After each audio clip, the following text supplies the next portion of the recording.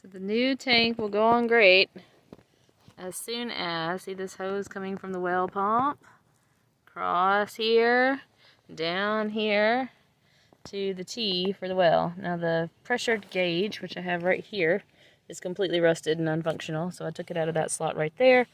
But otherwise, this pump, or sorry, this T has to come off, so I'd have to take that off, and then I'd have to cut these pipes in two to take the tank up, and of course I'd have to disconnect the electrical, which is not that big a deal, to pick the tank up to put the new one in, and then I've got to go get a new T and then figure out a way to connect this, considering I don't have any PEX tools, and this is copper.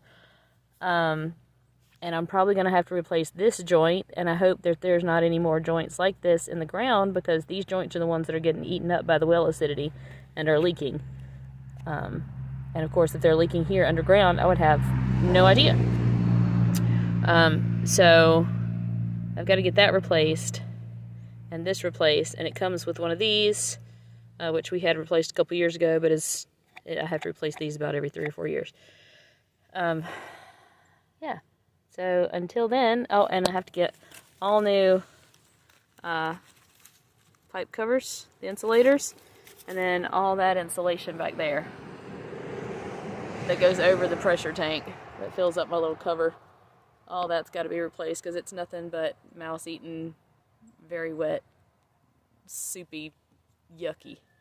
That's what that is. And then I pulled all these rotten boards up from what was holding this up supposedly, but it was, as you can see on the dirt line, it was up to like right here, covered in dirt, and I had to dig the pipes out of the dirt just to be able to get my hands underneath them.